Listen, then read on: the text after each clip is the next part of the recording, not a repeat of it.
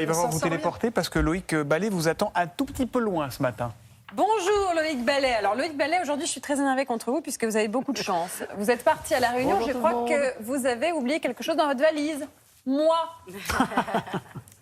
Ah oui. Allez, la prochaine fois je vous emmène, Marie. Juré, oui effectivement, regardez, on est à l'île, on est sur l'île de La Réunion. Et pourquoi je suis venu ici pour parler de gastronomie et d'agriculture? C'est parce que l'île de La Réunion est la première région agricole ultramarine de France. En gros, il faut vous imaginer qu'ici, il y a un terroir assez incroyable qui est dû déjà à son emplacement. On est en plein cœur de l'océan Indien. On est ici, en fait, dans un climat tropical. Et puis, on est aussi dans un climat avec des montagnes volcaniques. On va monter jusqu'à 3000 mètres d'altitude. Et donc, sur ces piémonts, sur ces coteaux et ensuite sur les plaines, on va avoir une agriculture tellement diverse que nous sommes dans la région de France qui est la plus autonome en agriculture. 70% de ses besoins agricoles proviennent de l'île, et ça, je dis chapeau. Et ici, bien sûr, si on est venu aujourd'hui ici, c'est parce qu'il y a le roi des fruits, l'ananas, et pas n'importe lequel. Ici, c'est l'ananas Victoria. Et alors, l'ananas Victoria, c'est l'ananas champion du monde, c'est ça?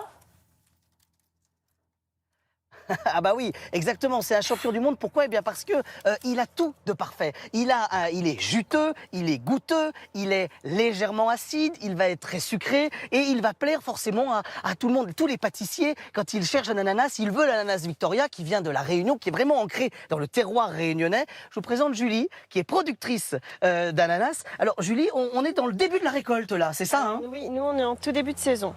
Alors, pourquoi le début de saison? Parce qu'en fait, il faut savoir, comme on est de l'autre côté de l'hémisphère, finalement, eh bien, on entre, nous, dans l'été, ici, c'est ça, hein? Donc, en fait, on a fini l'hiver.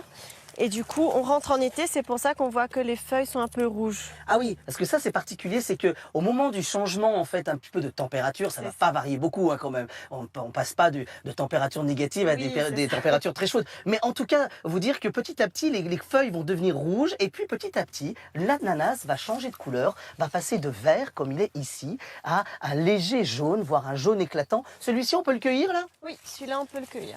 Et là, regardez, on va casser comme ça la tige. Il faut vous imaginer que l'ananas, en fait, finalement, c'est le fruit d'une plante. Et donc, il va y avoir la fleur au départ, c'est ça, hein? En fait, c'est une plante, c'est un fruit. D'accord. Et donc, on va avoir cette fleur qui va arriver au-dessus de la plante, comme on le voit ici, et le fruit qui va... Il y a la tige, et ensuite qui donne l'ananas. Moi, ce que je vous propose, c'est qu'on a le goûter. On va aller le goûter, hein. On va aller goûter cet ananas. Il faut savoir quand même que l'ananas, c'est Christophe Colomb qui, au départ, l'a découvert en Amérique, les amis. Et ce sont les Amérindiens qui appelaient ce fruit nana. Et petit à petit, dans le temps, on l'a appelé ananas. Et c'est comme ça que ce fruit est arrivé ensuite au XVIIe siècle. Loïc, avant de goûter, j'ai juste une petite question. Comment on choisit l'ananas? Parce que le melon, on sait, il faut le sentir. Mais l'ananas, comment on voit que c'est un bon ananas? Ah, Julie. L'ananas, pour le choisir, en fait, du moment c'est la couleur. Donc là, on voit qu'il commence à être bon, mais attendre qu'il soit plus mûr, c'est meilleur. En fait, il faut un jaune éclatant comme celui-ci. On le voit vraiment à l'image. Il est jaune, très très très jaune. Et là, ça veut dire qu'il va forcément avoir du parfum et qu'il va être mûr. Alors, il faut savoir qu'au petit déjeuner, les amis, si dans l'Hexagone, on est plus chocolat chaud et café, ici, traditionnellement, à La Réunion, il y a du riz. Voilà, alors nous pour notre petit déjeuner créole on va dire, donc c'est du riz chauffé, donc c'est le riz de la veille qu'on mélange avec des épices. Et là, qu'est-ce que je dispose là-dessus? Le rougail tomate avec un petit peu de piment, et là on voit le piment charapita. Ah oui, et la règle du piment, c'est que plus il est petit, plus il est puissant. Donc on y va tout doucement avec ce piment-là. Et là, qu'est-ce qu'on va disposer sur l'ananas là? Alors là, sur l'ananas, pardon, on va disposer du galabé.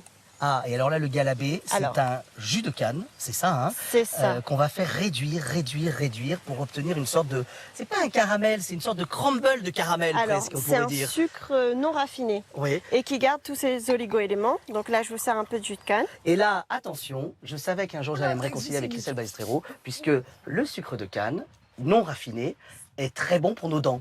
Eh oui. En fait, il garde tous ces oligo-éléments, dont les minéraux, dont le fluor, et il protège les caries. Et ben voilà, comme quoi, on va finir par se réconcilier finalement. Et les enfants aussi. Et alors l'ananas, c'est très bon aussi, il faut le savoir, très très bon pour la santé. Et on mange tout ici. On fait même des infusions avec la peau de l'ananas. Il faut qu'il soit bio, comme ici dans la ferme de Julie. Merci beaucoup.